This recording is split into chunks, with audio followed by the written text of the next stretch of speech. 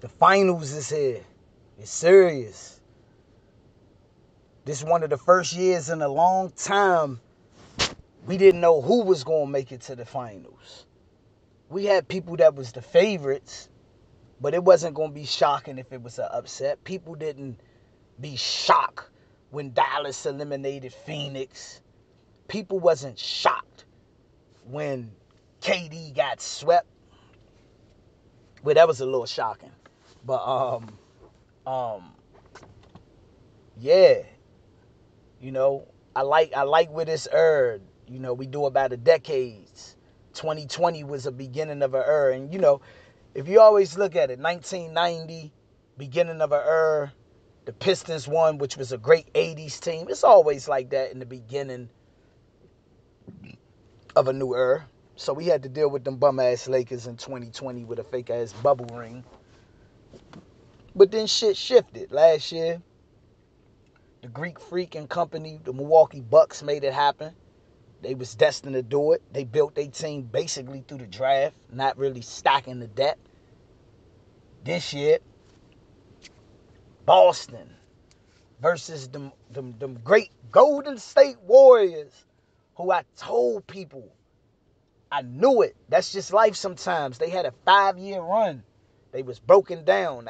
They heard all the criticism. Steph he ain't getting back to the finals. It's over for the Warriors. KD done rolled out on them.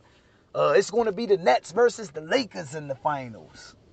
They thought Clay was through. Clay come back from being off 2 years and real live. Take it on the chin. Seeing his team fall short. Seeing the criticism they giving Steph. The Warriors is back in the finals without KD. The Warriors is back in the finals, and they playing another team that built their team through the draft. Them Boston Celtics. Shit changing. We finally getting out of the bitch-ass LeBron James era of stacking the deck where it was no mystery. It was damn near 3-4 teams every year. We knew what it was. Really, for 4 years straight, it was 2 teams we knew it was going to be. I give it the first year. We didn't know that Golden State, they had arrived. But then after that, we knew it was Golden State, Cleveland. Same thing when LeBron was with Miami at the beginning of that era. Miami, whoever. You know what I'm saying? Seriously.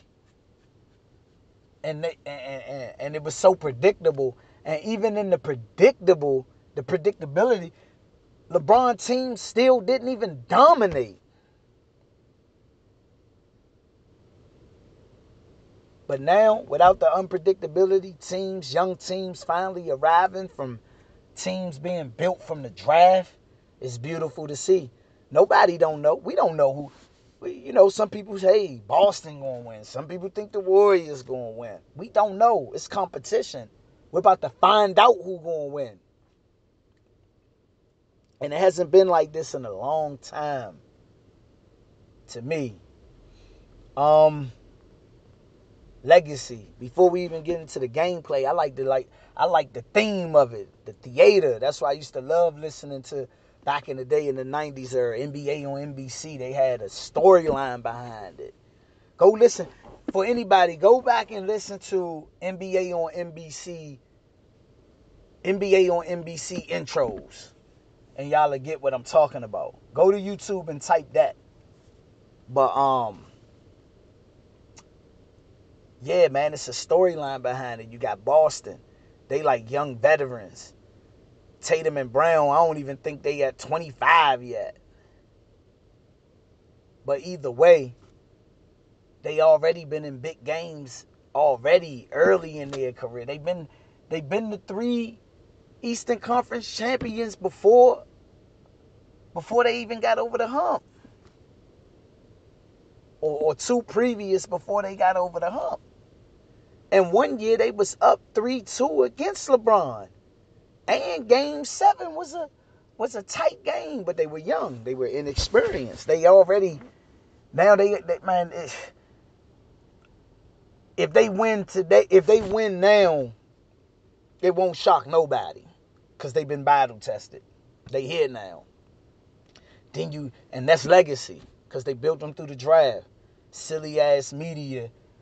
These motherfuckers always want instant gratification. They want Tatum and Brown. They don't. Back in the day, they wasn't pressing Stockton and Malone to break up, or Kemp and Peyton and Kemp, because that was a part of the story. Come back and win. We in the new stupid media where they want to create narratives and shit like that. They didn't break up, and now they in the finals. And that's legacy. Now you got Golden State, who they thought was done, because KD left, they got older, injury. Now they back in the finals for legacy. Because Golden State, they represent two things. They represent building it through the draft, because they went to 2 titles before KD got there from a core group that they drafted. They drafted Steph, Clay, and Draymond. They drafted Harrison Barnes. They built that shit through the draft and had old vets like Iggy preserve his career. He was a very valuable piece. And the Livingstons. That's through the draft. But then when KD came, it was a super team. And the players can't really control that shit. Them business niggas, if they can afford to have KD added to the team, whether the players wasn't with it or not, they gonna go for that.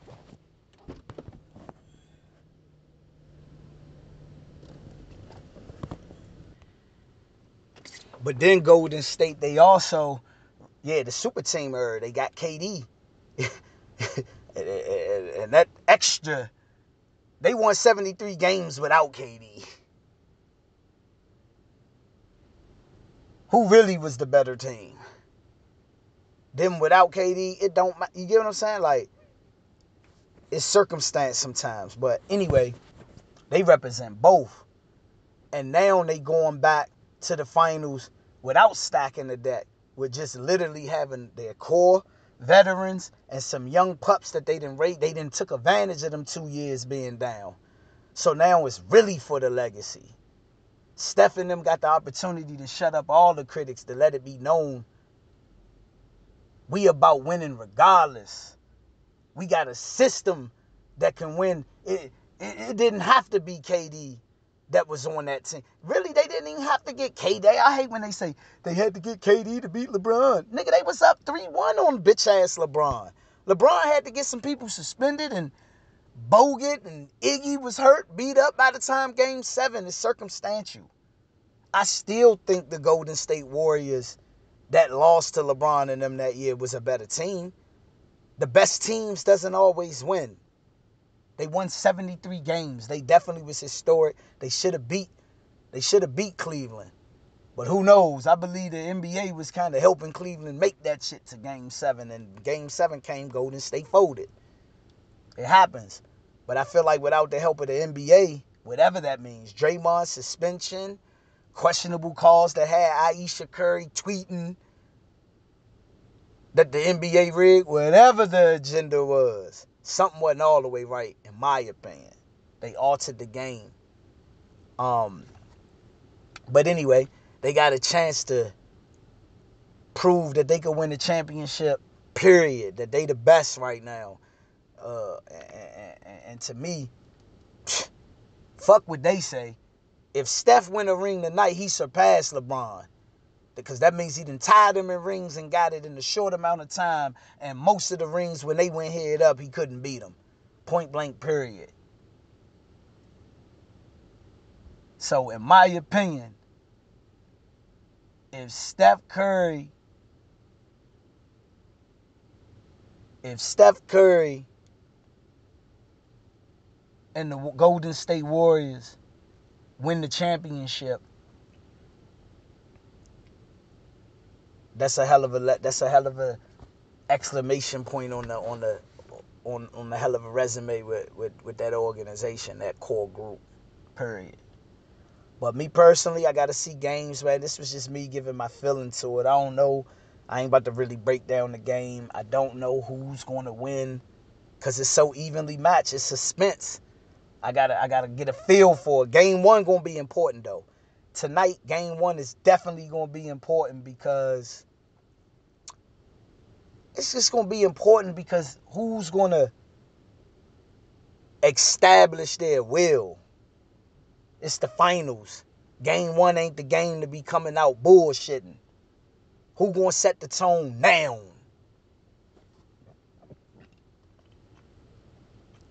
And I don't know.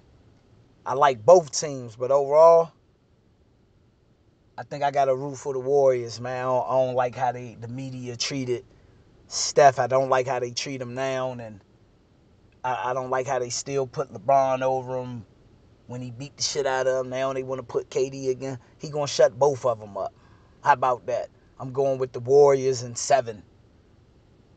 But I won't be surprised. But Boston can win. And we're going to learn a lot after game 1. But that's all I got, man. Catch me after game. I might do a post game. Fuck it. I might do a post game. Fuck with us.